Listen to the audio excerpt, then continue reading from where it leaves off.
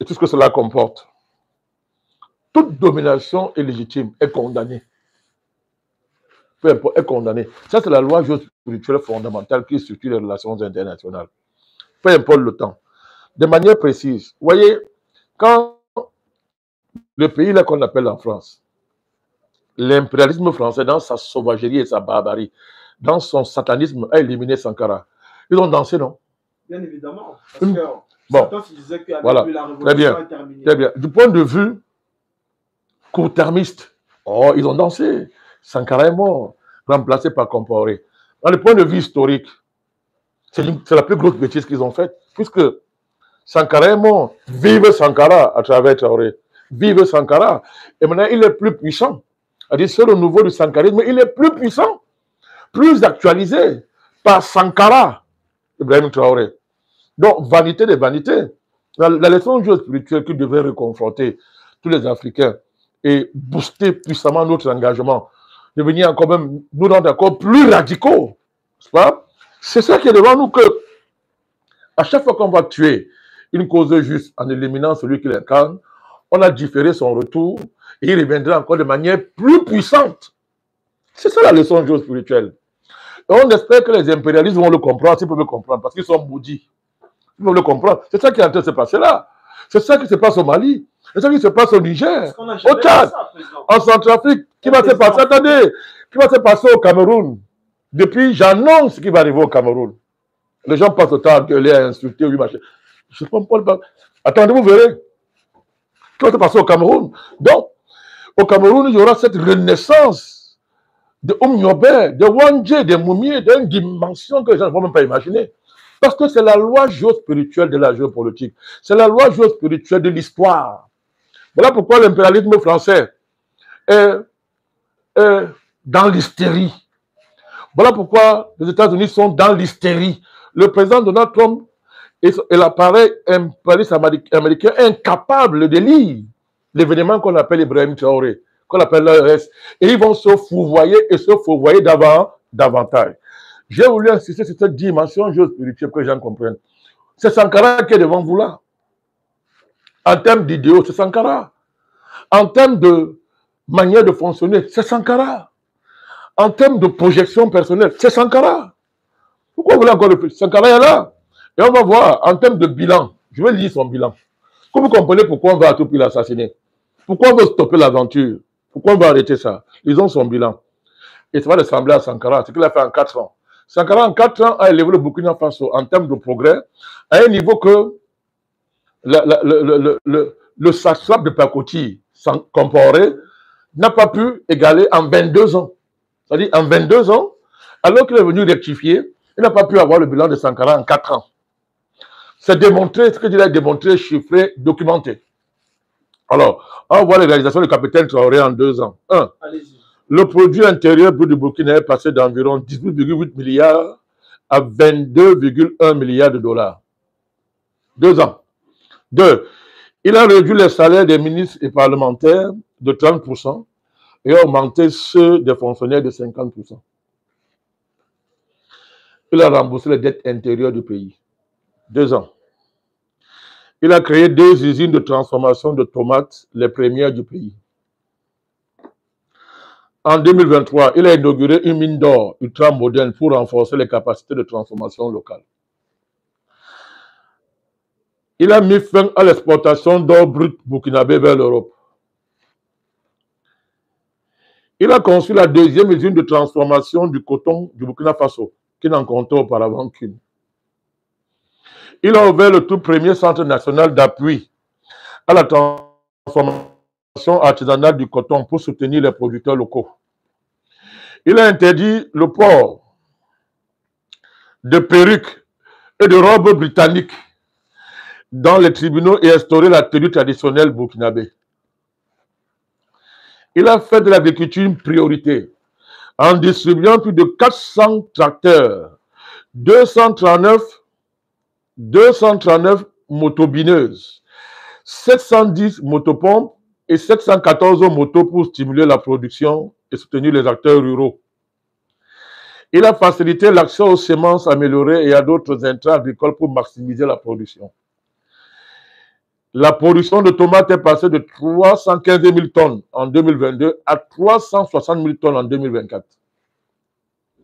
La production de mil est passée de 907 000 tonnes en 2022 à 1,1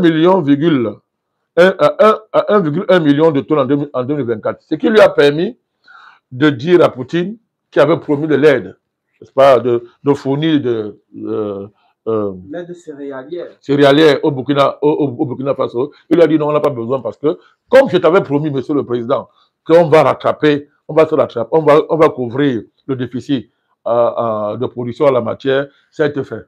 Et aujourd'hui, le Burkina Faso a dit au président, à la Russie, de garder, n'est-ce pas, le don que la Russie s'apprêtait à faire au Burkina Faso, comme ça avait été fait il y a quelques années en matière céréalière. Il a interdit les opérations militaires françaises au Burkina Faso.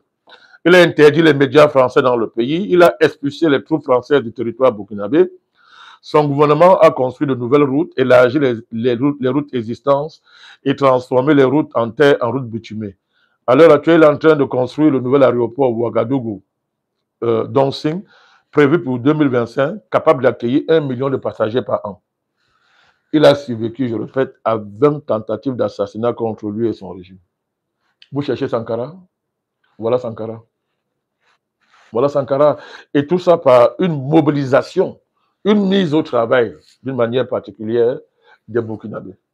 Mobilisation des Burkinabés, n'est-ce pas? Elle est mise en travail par le charisme du président Traoré, qui fait la vraie politique, à savoir donner un élan, susciter de la conscience, la vraie politique, donner un élan, imprimer une direction, susciter de la conscience et redonner l'espoir aux gens qui se mettent au travail parce qu'ils se sont réconciliés avec l'expérience d'un monde, d'un futur nouveau dans un pays où l'espérance était morte. Dans un pays où depuis Sankara, l'espérance a été tuée.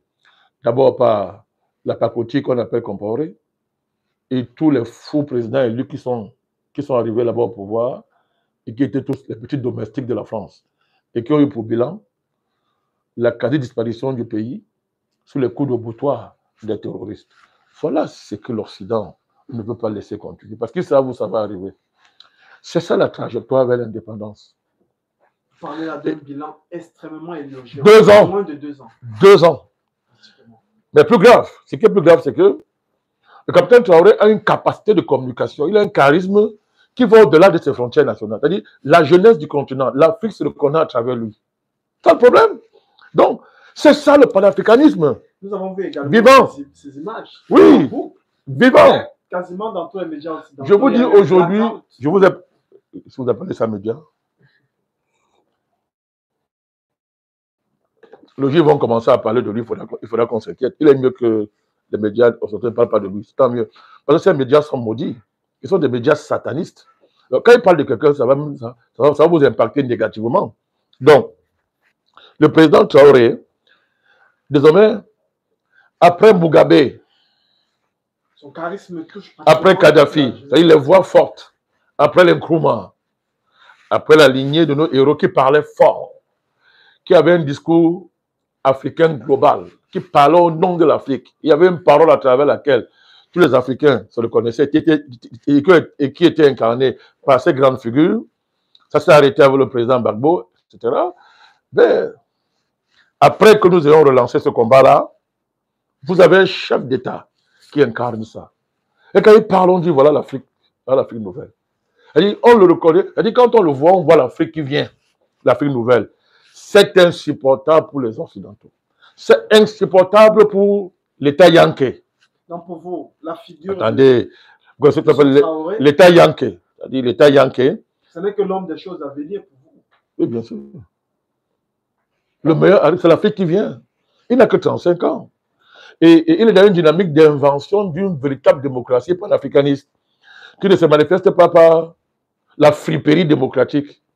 Démocratie néocoloniale, avec des partis vendus et corrompus, mais par une nouvelle conscience historique qui émerge et qui va déboucher sur des modalités opérationnelles constituées par une nouvelle classe politique, par l'invention de nouvelles organisations sociopolitiques, etc., dans le cadre d'une économie de la Renaissance panafricaniste. C'est ce projet qui fait peur aux Occidentaux, c'est ce projet que le président Poutine a capté. Quel est le crime que Poutine a commis? Est-ce que le président Poutine qui a empêché aux Français occidentaux de capter ça, de se réconcilier avec ce vent nouveau panafricaniste? Est-ce que Poutine a interdit à quelqu'un dans le monde de soutenir le combat panafricaniste, de soutenir la nouvelle dynamique africaine? Il n'a pas interdit. Des vieux colons, des réactionnaires sont incapables, ossifiés par leur crime ininterrompu, sont incapables d'épouser le vent nouveau qui souffle sur le monde et sur l'Afrique.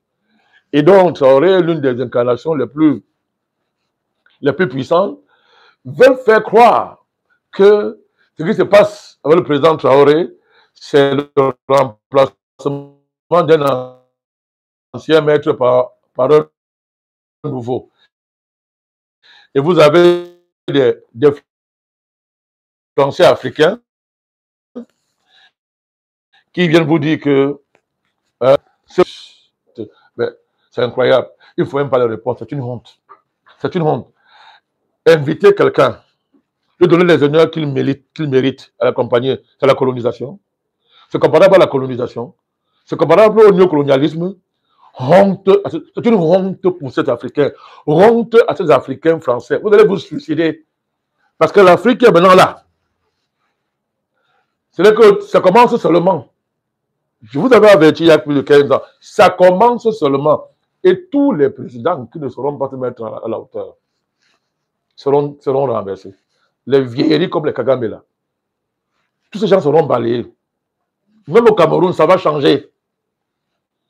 La différence avec les gens, c'est que quand je parle du Cameroun, je dis la vérité. Je ne vais pas aller accuser quelqu'un ce qu'il n'a pas fait. Donc nous disons, nous on parle la vérité et les gens veulent nous enfermer dans l'antibérisme primaire. Ils ne me verront jamais là-bas. Parce que l'antibérisme primaire va conduire à la défaite. Notre démarche va conduire à la victoire. Les gens le verront dans les années qui viennent au Cameroun. Ils le verront. Donc, pour terminer cette phase, j'étais en train de dire que les Occidentaux sont effrayés, la France, les Occidentaux, les Américains sont effrayés par cette nouvelle dynamique et ils veulent donc détruire ça, le stopper. Je veux insister, je veux donner une information capitale. Ceux qui disent que se faire escorter par les Russes, c'est une forme de néocolonialisme. C'est remplacer un maître par un maître. Que disait-il du fait que, alors qu'il se rendait en Russie, l'avion du président Traoré a été attaqué par des avions français et américains? Vous me donnez là une information? Non, c'est clair, c'est clair. Il n'y a pas de débat là-dessus. Je vous dis, vous donne l'information. C'est connu dans des milieux informés. Ils ont voulu l'empêcher d'arriver en Russie. D'ailleurs, il n'est pas le seul. Le président slovaque, le président hongrois a connu ça. Donc, ils ont voulu l'empêcher. Ils ont voulu l'empêcher d'arriver en Russie. Et à un certain niveau, dans l'espace aérien, les avions français et américains ont voulu stopper la trajectoire de son avion en le menaçant. Le président Traoré a demandé aux pilotes de continuer. Mais après, les escortes russes sont arrivés et ont fait fuir l'escorte des colons impérialistes criminels. Je demande donc à ces Africains-là qui disent que c'est un agent du colonialisme russe. Si on l'avait empêché d'aller en Russie, même si on avait attaqué son avion, qu'est-ce qu'ils auraient dit? Ils auraient dansé en disant que voilà, un dictateur est tombé, un antidémocrate est tombé. Vous avez là des éléments majeurs qui montrent qu'un monde nouveau a émergé, avec une Afrique nouvelle qui redessine des rapports de force internationaux. Traoré a dit, c'est fini les ordres qu'on reçoit des friperies historiques comme la France, du président français, et Donald Trump. Tout à l'heure, je reviendrai sur lui pour l'avertir. Je ne sais pas qu'il va l'avertir. Donc, c'est fini, n'est-ce pas, les ordres qu'on recevait de Washington, de Paris et de Bruxelles. Quant à nos choix stratégiques, c'est terminé ça. Et que désormais, aucune force au monde n'empêchera l'Afrique de diversifier ses partenariats, mais surtout de se comporter comme une belle femme qui courtisait, pas des prétendants, choisit le prétendant qui lui sied. C'est clair. Monsieur, accepter la cour d'un prétendant différent d'un viol. La France a violé l'Afrique, si on peut la considérer, l'assimiler à une femme. L'Amérique a violé. Tous ce sont des violeurs. La Russie n'a violé aucun pays africain. La Russie nous dit, je reconnais votre beauté. Moi, je veux marcher avec vous. Acceptez-moi. On peut comparer ça au colonialisme français. Honte à ces Africains. Qu'ils aillent se cacher, c'est une honte. On est dans une ère où tous les traîtres africains vont échouer. Donc, il n'y a pas de comparaison. La visite, l'invitation du président Traoré en Russie consacre et célèbre l'Afrique panafricaniste nouvelle qui s'affirme dans les relations internationales et qui va chambouler ces relations en remettant l'Afrique et les intérêts africains au cœur de la géopolitique mondiale. Bravo au président Poutine qui a compris ça et qui dit je vais accompagner ce mouvement, je veux marcher avec vous. C'est de cela qu'il s'agit. Donc pas de manipulation. Trêve de manipulation, trêve de mensonges, trêve de déformation. Il faut rétablir la dynamique que porte le président Traoré et les pays de l'AES dans leur véritable sens historique. C'est la libération panafricaniste du continent qui est en marche et rien ne va arrêter ça. Vous avez abordé la dimension. Si vous permettez, je voudrais dire que le président Biya, qu'elle allait en Russie, a été escorté. Oui. La Russie a sécurisé le vol du président Biya au dernier sommet russo-africain. Sauf que bon, le président Biya ne parle pas. Allez demander aux Russes pourquoi. Allez demander à la Russie pourquoi elle a accordé aussi autant d'importance à l'invitation qu'elle a donnée, qu'elle a servi au président Biya. Je restitue les faits. Hein. Comme j'ai cité le président slovaque, le président hongrois, j'ai dit seulement la vérité que si le Cameroun n'a pas communiqué de c'est parce que le président Biya n'aime pas, c'est un muet, il ne parle pas. Ce qui s'est passé avec le président Biya. Donc, voilà pourquoi au sommet russo-africain de l'année dernière, le président Sassou avait essayé d'expliquer ce qui s'est passé. Mais bon, le président Biya, lui, il ne parle pas. Voilà. Monsieur le Président, vous avez abordé, pour planter le départ, des ressorts géospirituels qui ont servi à l'émergence géopolitique pratiquement de l'AES et porté au pouvoir quelqu'un comme Traoré. Vous avez expliqué dans quel contexte on situe l'avènement d'un dirigeant comme Traoré. Monsieur le Président, vous avez parlé de son bilan socio-économique. En 2 ans. En 2 ans. Comment comprendre? Là, nous abordons la dimension politique. Nous avons remarqué, quand nous avons lu l'histoire, que M. Thomas Sankara également avait lancé une révolution. Et à son époque, il parlait de révolution démocratique et populaire. Et avec M. Ibrahim Traoré, il parle de révolution populaire souveraine. Ouais. Comment comprendre ces concepts? Ben, il y a différents. Quand Sankara disait de révolution démocratique et populaire, ben, c'est la même chose. Sauf que le président Traoré a tiré les leçons d'un démocratisme néocolonial. Tout à fait. Des risques que porte un démocratisme néocolonial. C'est ça qui a abouti à l'assassinat de Thomas Sankara. Il était trop gentil et il croyait. Le président Sankara a méprisé, a simplifié la violence des classes qui trahissent. Et donc la figure de comparer est l'expression historique au XXe siècle et au XXIe siècle débutant. C'est la figure historique la plus honteuse. Bon, actuellement, c'est incarné par M. Ouattara. Ils ont leur groupe là, M. Ouattara. Donc, Sankara, sa générosité historique l'a amené à assumer un destin tragique par le fait qu'il n'a pas réservé à Compaoré la sanction qu'il méritait. C'est ça qui s'est passé. Pourtant, on le voyait venir. Et on a vu très bien la valeur de ce démocratisme-là quand Compaoré arrive au pouvoir. Au nom de la rectification, il est arrivé, il a fait pire que Sankara. Lui, on a vu la valeur de la démocratie, c'est Compaoré. Sauf que les parrains qui ont assassiné Sankara et ont financé, encadré techniquement, spirituellement, humainement, l'arrivée de Compaoré au pouvoir dans les conditions que nous savons, ont trouvé que pendant 22 ans, Compaoré était le plus grand démocrate du monde. Nous voulons démontrer cette hypocrisie. Le capitaine Traoré a tiré les leçons. Étudiant dans la révolution sankariste, il a compris qu'il il ne fallait pas faire l'erreur, n'est-ce pas, de se laisser distraire par le démocratisme néocolonial. Voilà pourquoi il a dit aux démocrates burkinabés, il a dit que ici, là, il n'y a pas cette affaire-là ici. Bref, vous m'avez eu hier, vous ne m'aurez pas aujourd'hui. Vous m'avez eu hier, Sankara est devant vous. Vous ne m'aurez pas aujourd'hui. Il a dit non, non, non, cette distraction n'aura pas lieu. Ça ne veut pas dire que ça devient, que c'est une dictature. Non, non, non. On est dans un processus d'invention historique. Parce que beaucoup ont Attendez. à vouloir nous faire croire que c'est une forme de dictature. Oui, oui. Cette militarisation du régime. Oui, ces gens-là ont appelé le régime compaoré démocratie. Très bien.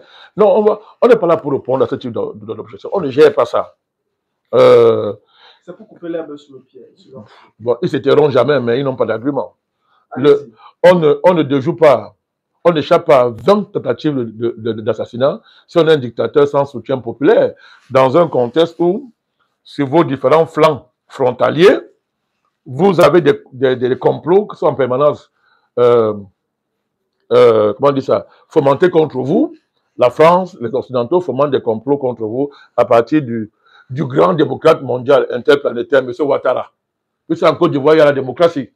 Donc, vous pouvez, à ces gens-là, il faut tout leur reposer la démocratie de Ouattara et celle du capitaine Traoré, alors que M. Ouattara, obéissant aux ordres de ses maîtres, veut à tout prix renverser tous les jours M. Compaoré. Donc, c'est une distraction. M. Traoré, pardon. On est dans une vraie démocratie directe, la démocratie de l'invention d'un nouveau champ politique. C'est une invention historique dans tous les domaines. Dans tous les domaines. Il faut donc donner à ce projet-là le temps de produire des nouvelles institutions démocratiques correspondant, n'est-ce pas, aux exigences de l'histoire. Le reste, c'est une distraction. Toujours sur le plan politique, nous avons vu que dès lors qu'il a pris le pouvoir, beaucoup de cadres de l'ancien régime de M. Damiba se sont réfugiés en Côte d'Ivoire. Et au départ, quand nous avons essayé de faire des recherches, nous sommes rendus compte que, au départ, quand Damiba prend le pouvoir après la chute de Roch-Marc Kabore, c'était pour redresser le pays dans le sens... En démocratie, c'était une démocratie, non? Mais on était en démocratie sur Roch-Marc Kabore. Quelques mois après, cette frange progressiste de l'armée a vu que le président Damiba, autant pour moi, n'était plus sur cette trajectoire et il a déposé. Monsieur le Président, le jeune capitaine Ibrahim Traoré est-il un leader visionnaire? Et ça me pose encore la question. La vision est en marche. Ou alors, la vision est faite chère. Non, la vision ici se confond avec le président et avec tout ce qu'il pose comme acte. La vision était en mouvement dans le cadre de cette visite, cette invitation en Russie.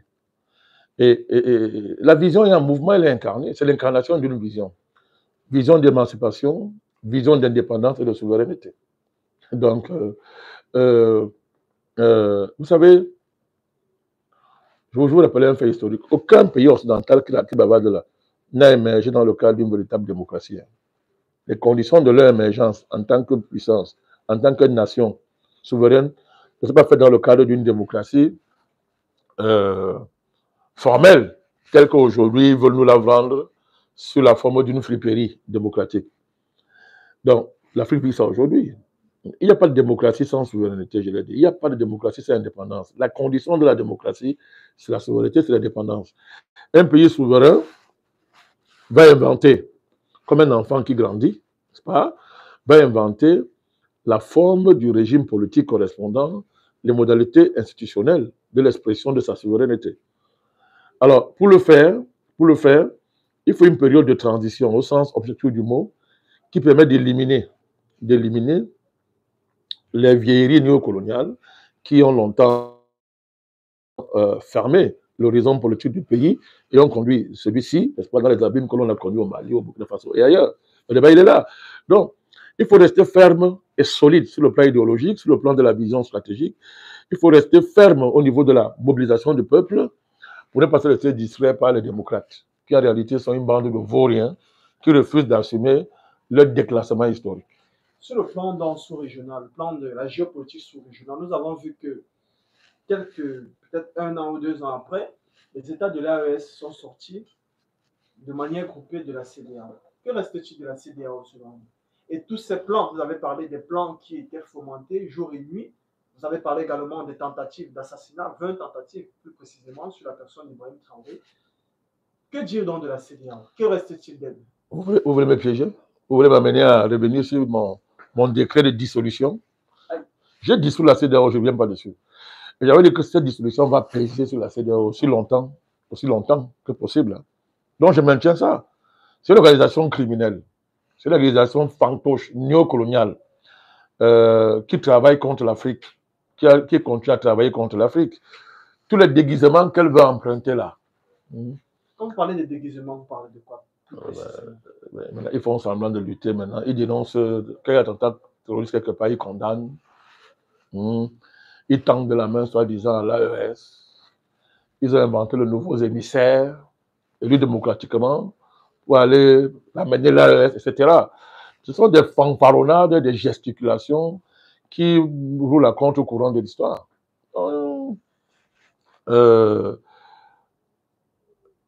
L'histoire a exposé, a dénudé la CEDEAO. Dénudé la CEDEAO. Sa laideur est telle que tout Africain sensé aujourd'hui ne peut souhaiter que l'accélération de sa disparition historique. Mais la dialectique de l'AES et de la CEDEAO va davantage élucider la réalité de ces rapports et les gens vont comprendre que la CEDEAO, c'est une honte, comme l'Union africaine est une honte pour l'Afrique. Monsieur le Président, donc, sur le plan de la géopolitique globale, nous nous sommes rendus compte que sous l'ère Thomas Sankara, il y avait cet affrontement des deux blocs, le bloc Est et le bloc Ouest. Il n'y avait pas encore la chute du mur de Berlin. Oui. Et nous nous rendons compte qu'il y a une forme d'évolution. Et dernièrement, M. Ibrahim Traoré a tenu une forme d'interview. Dans une interview, il disait qu'ils sont contre la vision unilatérale du monde. Ils sont pour la multipolarité. Comment comprendre ce changement de contexte géopolitique? Sankara Traoré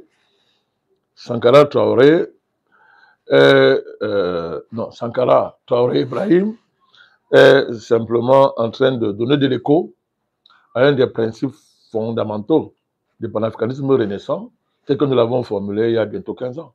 À savoir qu'il ne peut pas y avoir de démocratie en périphérie, alors qu'au centre du monde, il y a la dictature. C'est une contradiction que les démocrates africains n'ont jamais expliquée.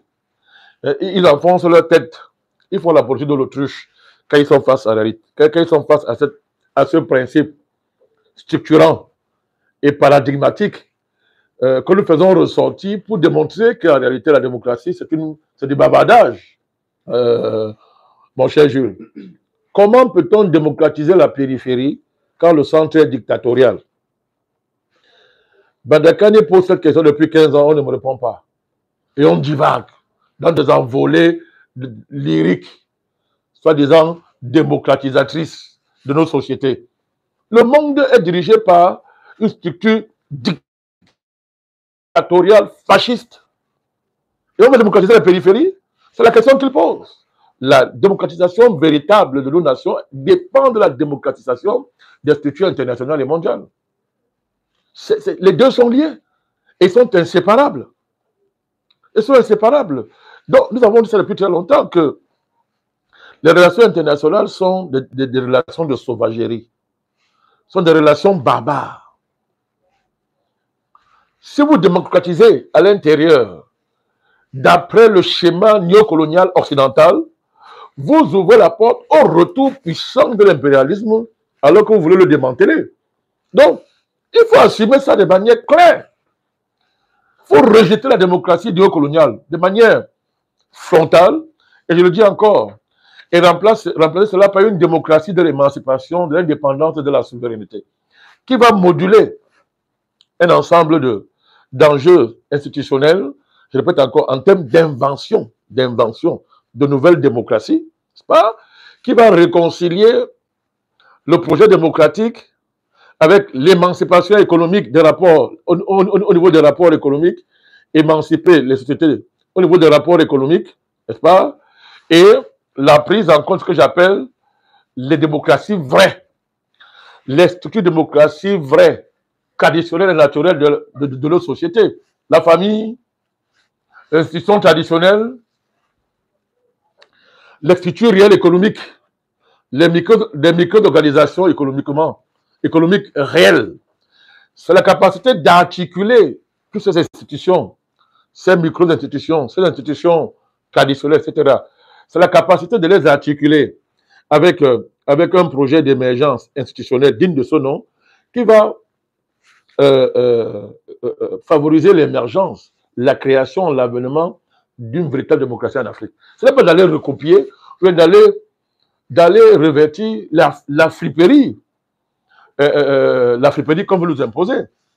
C'est quand même extraordinaire.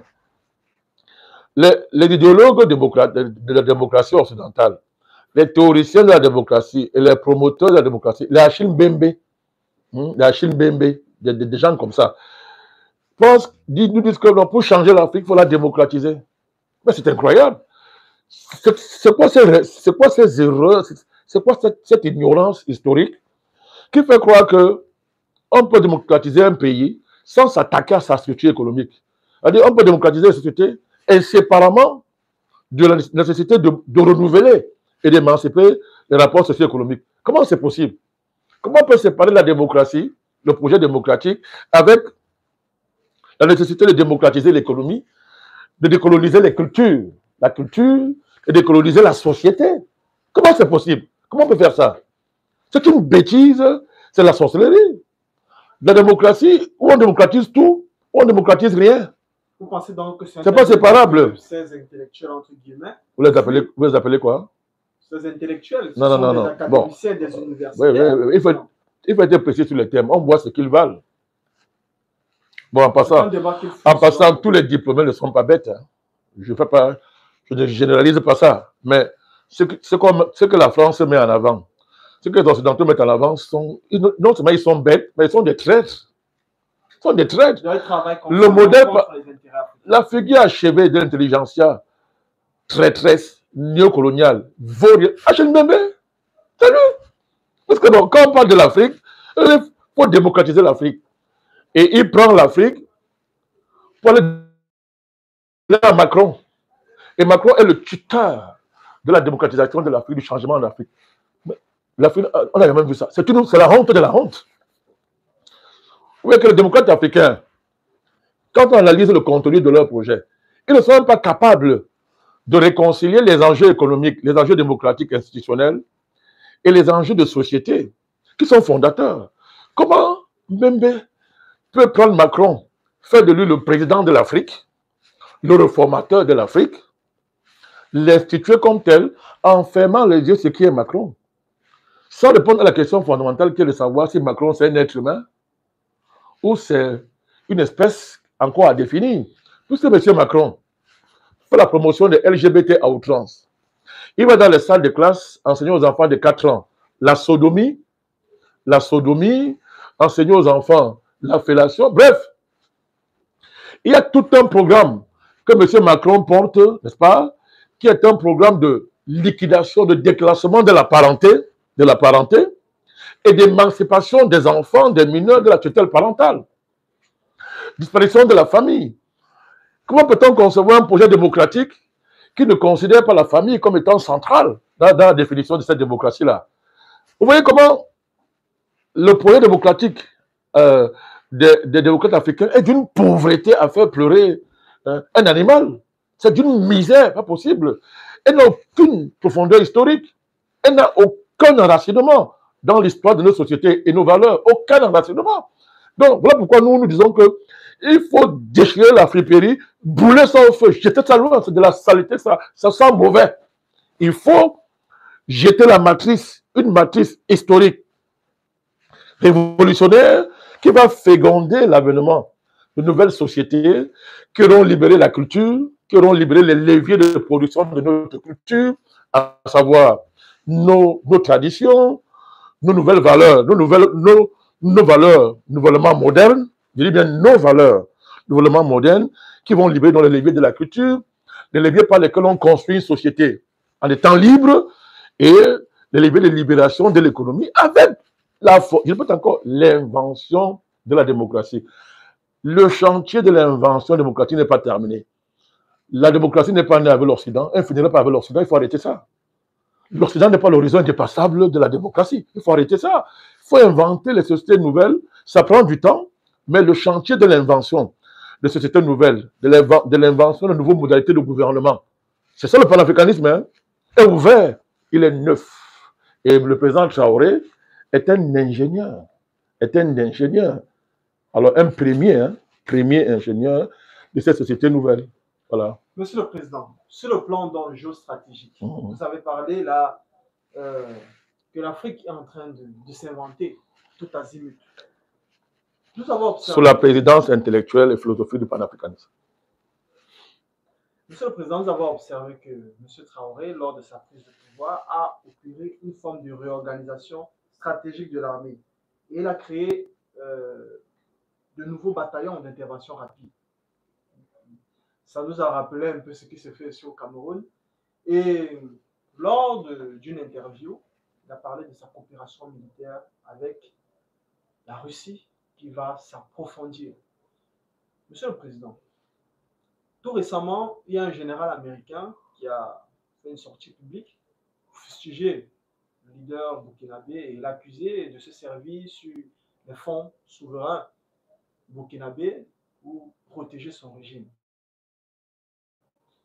Et lors de cette interview, M. Ibrahim Traoré est revenu sur lui. Et ce qu'il a fustigé quelque chose, il a dit, ce qui me fait mal, ce qui est regrettable, c'est que c'est toujours les Noirs qu'on met en avant. Comment comprendre que les autorités américaines soient agacées? Vous avez dit que vous voulez revenir sur la figure de M. Donald Trump. J'ai expliqué, ce n'est pas l'agacement, c'est la peur. C'est une réaction qui est propre à l'impérialisme, à la sauvagerie particulière des Yankees. Le mot Yankee, là, ils ne sont pas savoir. Quand il n'y a pas de Yankees, ça doit renvoyer à une culture qui est propre à l'État américain. C'est-à-dire, le Yankee, c'est un tueur. C'est-à-dire que quand il trouve quelqu'un dans son territoire, il t'abat, il jouit de ça. C'est un sauvage. Lui, c'est le règne de la force.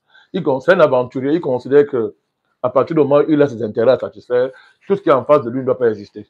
Il trouve de la jouissance en éliminant ça par les voies les plus barbares de la sauvagerie. C'est ça le Yankee, le Far West. Donc, pour l'État américain, le Far West n'est pas terminé. Ils ont liquidé les Indiens. L'Afrique, c'est un Far West. Il faut comprendre ça. C'est la lecture de l'État profond américain. Alors, quand Donald Trump vient parler d'esprit pionnier, de relancer l'esprit pionnier américain, l'Afrique doit bien examiner ce que ça veut dire. Nous avons soutenu Donald Trump. C'est un soutien dialectique. On est dans la haute géopolitique. Le fait de l'avoir soutenu ne veut pas dire que on va le laisser faire n'importe quoi à l'Afrique. Nous allons percer ses deux yeux s'il continue à jouer avec l'Afrique, Donald Trump là. Nous l'avertissons, hein. C'est-à-dire que sur le plan spirituel, s'il continue, nous on va faire ça. On va faire ça. Bon, quand il dit percer tes deux yeux, ce n'est pas la violence physique, c'est spirituel. On va se faire spirituellement. Comment on l'a fait avec les Français, voilà, comme on l'a fait avec la France et les autres. Tout à fait. Donc c'est ça l'Amérique. L'esprit pionnier de Donald Trump, quand il dit de revenir dessus, il faut que sur le plan de la perspicacité idéologique et intellectuelle, on analyse ce que ça veut dire. L'esprit pionnier, à partir du moment où il n'y a plus de Far West et d'Indiens liquidés, ça veut dire quoi? Ça veut dire que la nouvelle passion géopolitique américaine va être d'étendre le Far West à l'Afrique, parachever le Far West en faisant de l'Afrique un nouveau Far West, cette fois-ci en utilisant les armes de la technologie, les armes commerciales, etc., pour éliminer l'Afrique. C'est ça. Il ne faut pas... On ne comprend pas ce qu'a dit ce petit supplétif de pacotille qu'on appelle l'anglais, et sur lequel je vous ai demandé de ne pas vous attarder. Il ne vaut rien. C'est l'autre Obama. Il faut voir ses patrons. Donc on ne comprend pas ça. Si on n'inscrit pas ça dans la nouvelle dimension de Far West que Donald Trump définit quand il parle du retour de l'esprit pionnier. Donc, il faut bien comprendre. L'esprit pionnier américain, c'est un esprit génocidaire. Quand il met devant la figure de Jésus-Christ, c'est un Jésus-Christ génocidaire, version américaine, qu'il met en avant. Donc, c'est dans ça qu'il faut inscrire cette nouvelle dimension. Et l'obstacle objectif fondamental puissant contre la réussite de ce projet, c'est le panafricanisme, mon cher Jules, renaissant, incarné par M. Traoré et l'AES, pour ne citer que ça. C'est ça le conflit. L'anglais exprime ça sur les modalités d'un discours. Sur les modalités d'un discours. C'est-à-dire, il y a une rhétorique consacrée aux États-Unis quand on va aller détruire un pays. On cherche les pouces sur la tête. D'un chauve, hein. D'un chauve. Les poux. Alors, le pouls, c'est quoi? C'est qu'il gère mal son pays, il vole l'argent du pays, il pille les ressources. Mais toi, l'anglais, petit, non, petit supplétif. Mais écoutez, vous coupez, attendez, je vous dis. Petit supplétif militaire américain, là, les petits généraux des pacotiers, tu es qui pour parler à Traoré? Tu es qui pour juger Traoré? Tu es burkinabé, tu sors d'où? Il faut d'abord te soigner de toutes les misères de la société américaine. Une société sans perspective. Une société que le capital a tué. La cupidité a détruit. Il y a quelle valeur aux États-Unis? Il parle de quoi? Nous, on connaît les États-Unis. Nous ne sommes pas des petits Africains qui rêvent tous les jours et veulent devenir Américains par une loterie, non, même pas honte. Non, on n'est pas dans ça. Nous, on connaît l'Amérique, c'est qu'elle vaut. Ce sont des pays morts. Donald Trump l'a dit. Il le dit tous les jours. Ce sont des pays morts. C'est fini, ça. Il n'y a rien là-bas. Il y a quoi? C'est un pays qui vit artificiellement sur le dos du monde. L'anglais, quand on parle de bonne gouvernance, mais qu'il a là-bas balayé devant l'Amérique. L'Amérique est l'État le plus mal géré au monde. Vous voulez enlever le privilège du dollar, il devient un pays, il devient moins qu'un pays du tiers-monde.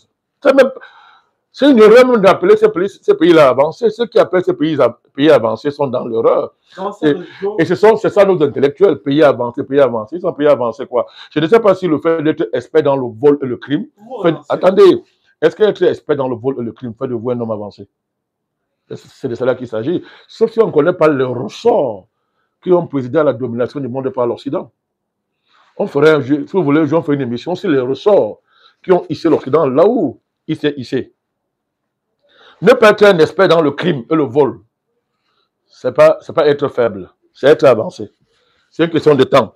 Vous voyez comment l'illusion les rattrape. Vous relancez toujours sur cette question géostratégique. Vous avez parlé de l'Occident qui a peur, en l'occurrence les États-Unis, avec cette montée en puissance que l'on observe dans l'AES. Monsieur le Président, est-ce que c'est ça qui est la preuve que les choses bougent? Parce que nous voyons en Ukraine, l'Ukraine a été pratiquement abandonnée.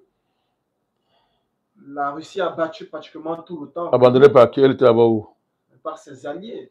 Ah, okay, ses alliés occidentaux, en particulier les États-Unis, la France. Il y a plus grand crime contre l'humanité que ce qu'on vit en Ukraine, où des Occidentaux, les puissances américaines, la puissance, l'OTAN décide d'assassiner une population, de la faire disparaître par les modalités assez sophistiquées de mensonges, de crimes, de génocide, quasi-génocide, où on organise la disparition des Ukrainiens pour prendre leur sous-sol en créant une guerre, un conflit, en obligeant la Russie à se défendre. Il n'y a pas plus grand crime contre l'humanité que ça, comme ils l'ont fait avec le Covid. Bon, l'élite ukrainienne est représentée par quelqu'un qui joue au piano avec son sexe. Bon, mais écoutez, moi, je n'ai pas de commentaire à faire à ce niveau. Ça doit simplement nous réveiller, nous les Africains, qu'il ne faut pas fricoter avec l'Occident décadent. L'avenir, ce n'est plus l'Occident. Notre avenir ne se conjugue plus avec l'Occident. La meilleure manière de sauver l'Occident, c'est de s'émanciper d'eux. C'est de couper le cordon ombilical. C'est la meilleure chose que nous pouvons. L'apport de l'Afrique à la guérison de l'Occident, c'est la rupture radicale avec l'impérialisme occidental, rupture avec le néocolonialisme occidental, rupture avec le globalisme. Le globalisme, n'est-ce pas, tel qu'ils veulent l'opposer, tel qu'ils veulent nous imposer. Vous savez, avant l'affaire de l'anglais là dont vous parlez, vous vous rappelez de cette loi qu'on a votée dans une des chambres américaines a voté, à savoir, qui criminalisait les relations avec la Russie. Oui, nous savons. Bon, c'est passé comme ça. Sous le silence, tout à fait, sous le silence des démocrates africains. À la limite, ils ont même dit que c'est une bonne chose, qu'il faut mieux recoloniser parce qu'on est des singes, on est des vauriens. On a laissé, les Africains sont restés silencieux, les intellectuels là, qui a dénoncé ça, sont restés silencieux. Vous vous rendez compte? C'est-à-dire que le niveau d'abaissement, de rétrogradation dans les conquêtes que l'humanité a obtenues, dans sa volonté de civiliser les relations internationales, vous imaginez ce que ça signifie en termes de recul? Qu'un État se lève et dise, je vous interdis, vous, de commercer avec la Russie, de faire de la Russie votre ami au début du XXIe siècle. Ça, c'est le Far West. C'est ça le yankéisme politique, le yankéisme étatique. C'est ça, Yankee. C'est une barbarie qu'on ne peut pas accepter. On ne négocie pas avec eux. On va détruire ça. Il faut se lever avec rage contre un tel projet américain. Avec rage. C'est pour ça qu'une fois de plus, nous avertissons M. Donald Trump. Nous avons les armes spirituelles d'une nature inconnue dans le champ de la géopolitique mondiale. Ceux qui sont vigilants ont vu la puissance de cette arme-là. Donald Trump a dit que Dieu l'a préservé parce qu'il avait, il venait effacer les conséquences de l'état profond et l'état profond aux États-Unis et dans les relations internationales.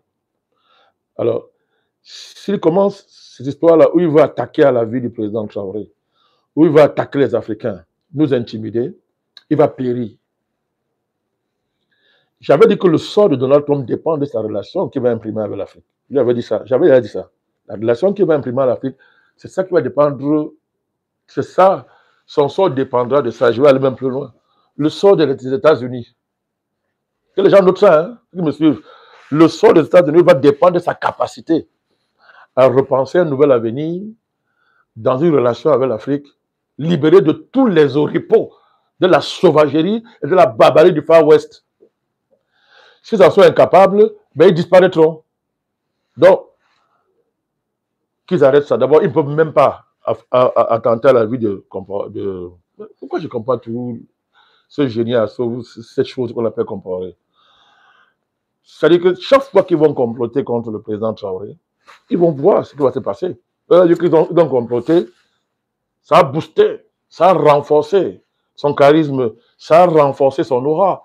Et son aura au-delà même des races, c'est-à-dire que vous avez plein d'Américains blancs qui ont soutenu ce coup. Vous avez plein d'Américains, il faut visiter les sites aux États-Unis. Plein d'Américains ont soutenu Traoré, ont dénoncé le comportement de Langley et de Trump. Beaucoup d'Américains. En Europe, beaucoup, hein, ailleurs. Donc il n'est pas seulement une icône africaine. Traoré est en train de devenir une icône mondiale. Une icône mondiale qui symbolise les aspirations pour un monde nouveau. Le monde nouveau débarrassé de l'impérialisme, débarrassé du globalisme, etc. C'est ça, il incarne tout ça. Donc, le trumpisme n'aura aucun avenir, non seulement aux États-Unis, même dans le monde, si M. Donald Trump s'amuse avec l'Afrique. Quand on a lui dit ça, et ça va lui arriver, ça n'a aucun avenir. Et s'il s'amuse avec l'Afrique, s'il s'amuse avec les présidents africains, et en particulier ceux de l'AES, il va périr. Alors il verra donc le vrai visage du vrai Dieu, qui n'est pas américain. Dieu n'est pas américain, Dieu est pour l'humanité, il n'est pas pour une nation. Dieu est au-dessus de tout ça, le vrai Dieu. Donc voilà ce que nous pouvons dire par rapport à cette affaire de Langley. Mais quant à Langley, oubliez-le. C'est un petit supplétif militaire qui est écrit les autres. Nous tendons déjà à la fin de cette émission. Nous abordons là le volet diplomatique. Nous avons remarqué, lors de ce 80e anniversaire, une forme de ballet diplomatique. Autour de M. Traoré, nous avons vu la figure Maduro. Oui. Nous avons vu... Qui va venir au Burkina. Une délégation chinoise. Maduro qui va venir. Donc nous voyons là une forme de constellation de cette multipolarité autour de l'Afrique. Comment comprendre cette symbolique, M. le Président? L'Afrique va devenir très belle. Le renouveau géopolitique mondial se joue autour de l'Afrique. Ça, c'est pas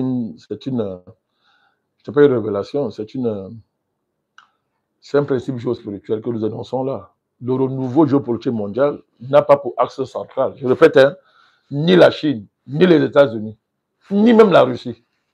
C'est l'Afrique.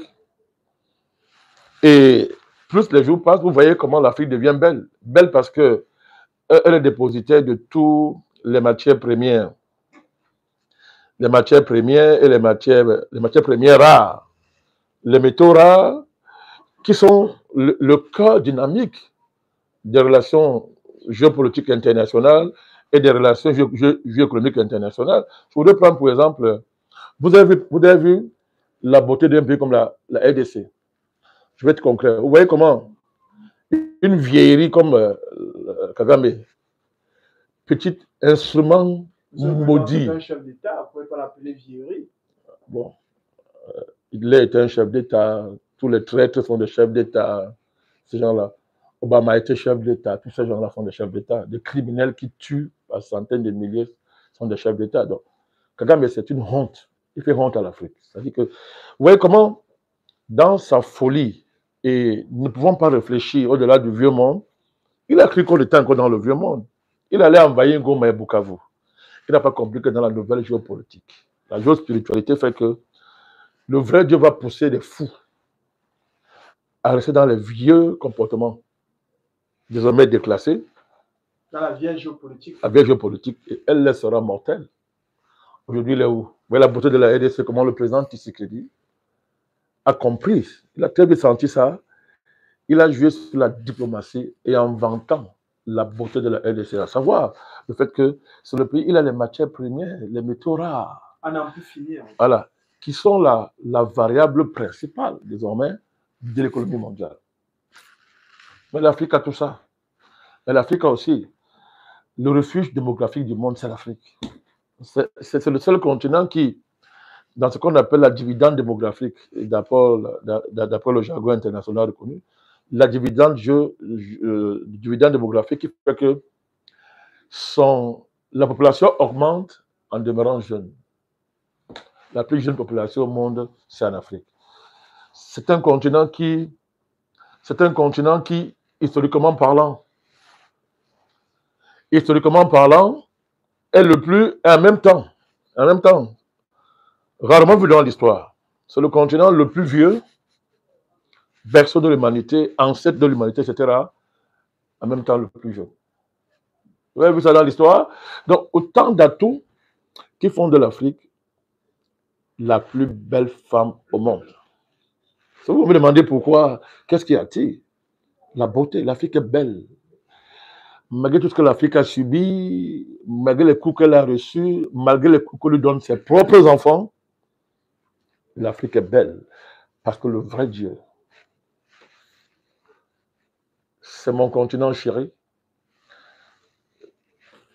Quelqu'un a dit que le monde a commencé en Afrique, l'être humain est né en Afrique, a commencé en Afrique, la civilisation est née en Afrique, etc. Il est normal que, alors que l'humanité se retrouve à un carrefour où il ne sait pas là où aller, mais c'est de l'Afrique qui va monter le chemin.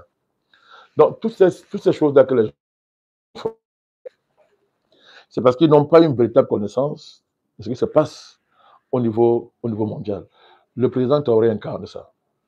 Le retour de l'Afrique au premier plan, je parle français, au premier plan de la géopolitique mondiale. Je n'ai pas dit je dis premier plan. C'est l'Afrique qui va monter le chemin à la géopolitique mondiale.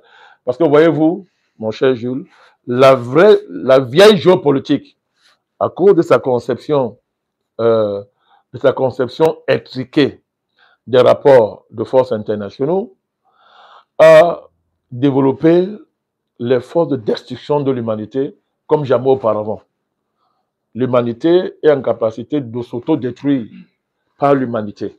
Une vieille humanité incarnée par l'Occident et sa géopolitique criminelle. C'est ça. Alors, la puissance pour la puissance nous a conduit là où on se trouve. Le continent qui n'a pas développé la puissance se retrouve être le seul continent, et sa population faisant, qui peut inventer la nouvelle géopolitique mondiale. Parce que sa puissance, justement, c'est de ne pas être puissante. Je répète, sa puissance, justement, c'est le fait de ne pas être puissant. C'est à ce niveau que nous opérons. C'est à ce niveau que la géospiritualité opère. Et tout le monde va comprendre ça en ayant déjà subi ça. C'est pour ça que je dis que l'Afrique est en première ligne, contrairement aux apparences. L'Afrique est en première ligne. Et le président Poutine, son génie, c'est d'avoir compris ça. Ça va faire l'Afrique. Non, c'est là où il a largué les Occidentaux, la France. Un pays et un État déclassé. Un État sclérosé. Un État sans ressort. Rongé par ses crimes. Détruit par les asticots qu'elle a accumulés à l'intérieur et qui la ronge. Elle est incapable de se projeter dans le monde nouveau. Pareil pour l'Europe. Pareil pour le vieux Occident qui est dévasté, dégénéré, comme je l'ai dit, par les génocides qu'elle a accumulés au long de l'histoire, par la cupidité et la haine de l'humain. l'incapacité à assumer l'humain. Poutine a compris ça. Poutine dit non, non, non, nous on est les humains. La Russie est un pays humain, au sens noble du terme. La Russie essaie de retrouver les valeurs originelles qui l'ont fécondé. D'où le fait de dire qu'en Russie, désormais, LGBT égale terrorisme. C'est une affirmation puissante. Alors, les idiots comme les garés de l'Élysée, ils appellent progressisme l'extinction de l'espèce humaine par toutes sortes d'artificialisation et de technologisation de la vie. Ils appellent ça progrès. Non, le véritable progrès, c'est la réaffirmation des valeurs qui promeuvent et sauvegardent l'espèce humaine dans son côté spécifique. C'est ça, le véritable progrès. Le progrès, c'est pas la profusion des gadgets, ce n'est pas l'intelligence artificielle. L'outil n'a jamais été la mesure du progrès. Le progrès, c'est le développement des forces productives, mais qui préservent, qui font la promotion de la seule mesure qui va être l'être humain. Je ne dis pas l'homme. Attention, l'être humain. Parce que l'homme, c'est l'humanisme occidental. C'est l'humanisme occidental qui a tué Dieu, l'a évacué, n'est-ce pas, de la matrice de la vie humaine et a remplacé Dieu par un homme, mais qui est en réalité Macron, les Trudeau, tous ces gens-là, tous ces reptiliens qui ont théorisé l'extinction de l'être humain. C'est très important. Donc le progrès, il est là. Et Poutine a compris ça. Il n'y a pas de meilleur endroit au monde où cette idée de l'homme, la sauvegarde de l'espèce humaine, la sauvegarde de l'être humain dans la crainte du vrai Dieu, trouve un terrain propice, c'est l'Afrique. Nous allons donc terminer avec cette dernière question, Monsieur le Président. Quelles sont les perspectives de ce combat panafricaniste? Vous avez mené ce combat depuis au moins 15 ans et en l'espace de 15 ans, nous voyons des fruits qui abondent de partout. Il suffit qu'à voir la figure d'Ibrahim Traoré et avec l'escorte que son avion présidentiel a reçu qui a rendu tous les Africains fiers, dignes. Monsieur le Président, quelles sont les perspectives de cette nouvelle étape du panafricanisme? D'abord, le défi, ça a été d'arrêter le projet de recolonisation de l'Afrique, inauguré par l'arrivée au pouvoir de la plus grande catastrophe de tous les temps de l'histoire de l'Afrique. Le truc qui est en Côte d'Ivoire, là, il fallait d'abord arrêter ce projet de recolonisation. Deuxièmement, ça passait par la priorisation des aspects sécuritaires, tel que nous l'a imposé les terroristes, qui est un agenda géopolitique occidental fabriqué par les Américains, repris par les Français, etc. Donc, il fallait d'abord relever ce défi. Ça a permis qu'on insiste beaucoup sur les aspects sécuritaires, souverainistes au sens du principe politique. Mais en fait, c'est une transition vers l'avènement du véritable nouveau panafricaniste dont les transitions actuelles, comme on voit au Burkina Faso et ailleurs, préparent le terrain. Parce que grâce à ces transitions-là, nous mûrissons profondément ce qu'on appelle le panafricanisme, le gouvernement. Les conditions concrètes qui vont favoriser l'émergence mûre et qualitative du panafricanisme d'État, de gouvernement, sont en train d'être réunis.